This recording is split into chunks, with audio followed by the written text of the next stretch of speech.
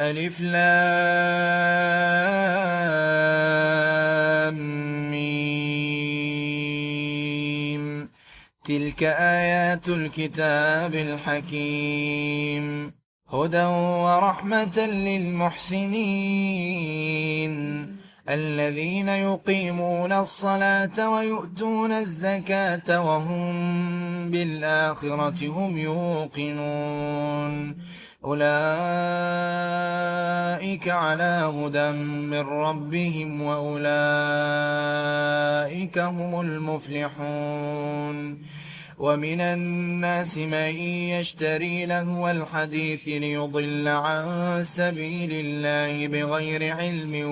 ويتخذها هزوا، أولئك لهم عذاب مهين. وإذا تتلى عليه آياتنا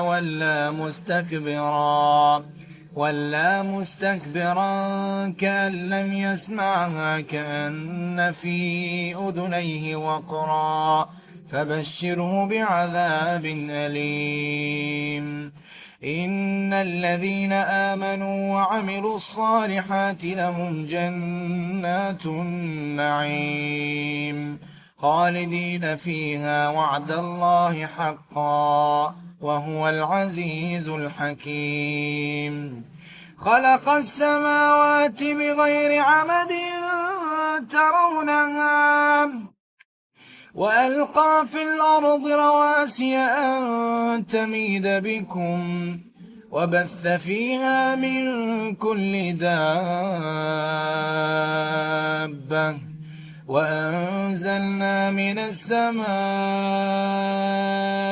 ماء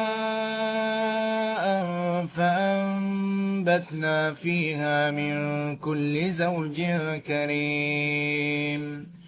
هذا خلق الله فأروني ماذا خلق الذين من دونه بل الظالمون في ضلال مبين. ولقد آتينا لقمان الحكمة أن اشكر لله ومن يشكر فإنما يشكر لنفسه ومن كفر فإن الله غني حميد. وإذ قال لقمان لابنه وهو يعظه يا بني لا تشرك بالله إن الشرك لظلم عظيم. ووصينا الإنسان بوالديه حملته أمه وهنا على وهن وفصاله في عامين أن اشكر لي ولوالديك إلي المصير. وإن جاهداك على أن تشرك بما ليس لك به علم فلا تطعهما وصاحبهما في الدنيا معروفا واتبع سبيل من أناب إلي ثم إلي مرجعكم فأنبئكم بما كنتم تعملون. يا بني إنها إن تك مثقال حبة من خردل فتكن في صخرة أو في السماوات أو في الأرض يأت بها الله إن الله لطيف خبير. يا بني أقم الصلاة وأمر بالمعروف وانه عن المنكر واصبر على ما أصابك إن ذلك من عزم الأمور. ولا تصعر خدك للناس ولا تمش في الأرض مرحا إن الله لا يحب كل مختال فخور.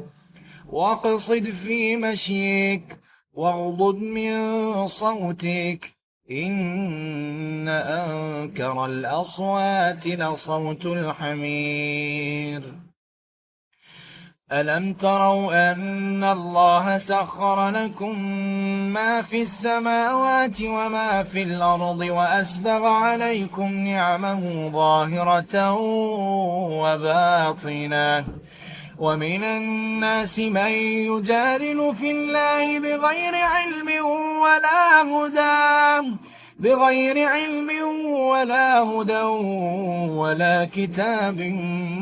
منير وإذا قيل لهم اتبعوا ما أنزل الله قالوا بل نتبع ما وجدنا عليه آباءنا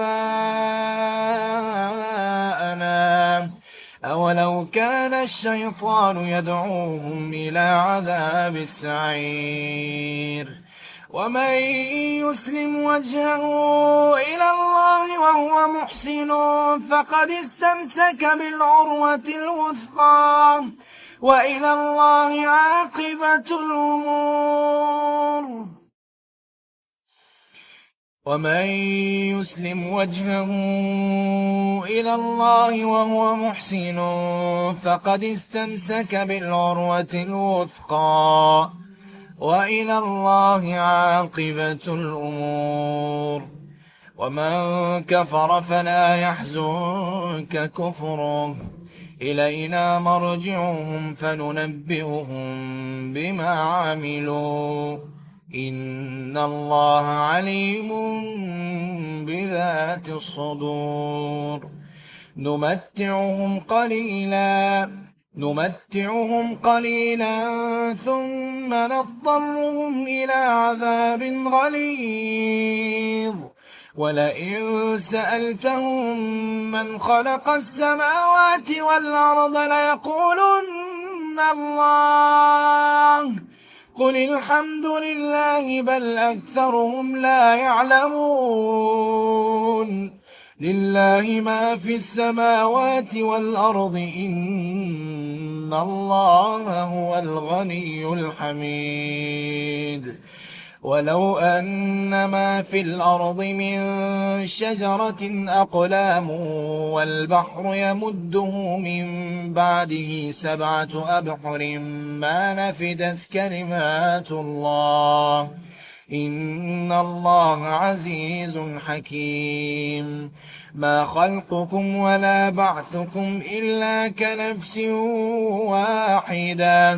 إن الله سميع بصير ألم تر أن الله يولج الليل في النهار ويولج النهار في الليل وسخر الشمس والقمر كل يجري إلى أجل مسمى وأن الله بما تعملون خبير ذلك بأن الله هو الحق وأن ما يدعون من دونه الباطل وأن الله هو العلي الكبير ألم تر أن الفلك تجري في البحر بنعمة الله ليريكم من آياته إن في ذلك لآيات لكل صبار شكور وإذا غشيهم موج كالظلل دعوا الله مخلصين له الدين فلما نجاهم إلى البر فمنهم مقتصد وما يجحد بآياتنا إلا كل ختار كفور يا أيها الناس اتقوا ربكم واخشوا يوما لا يجزي والد عن ولده ولا مولود هو جاز عن والده شيئا إن وعد الله حق فلا تغرنكم الحياة الدنيا ولا يغرنكم بالله الله الغرور إن الله عنده علم الساعة وينزل الغيث ويعلم ما في الأرحام وما تدري نفس ماذا تكسب غدا وما تدري نفس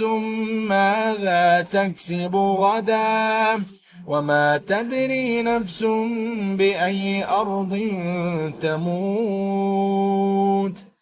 إن الله عليم خبير.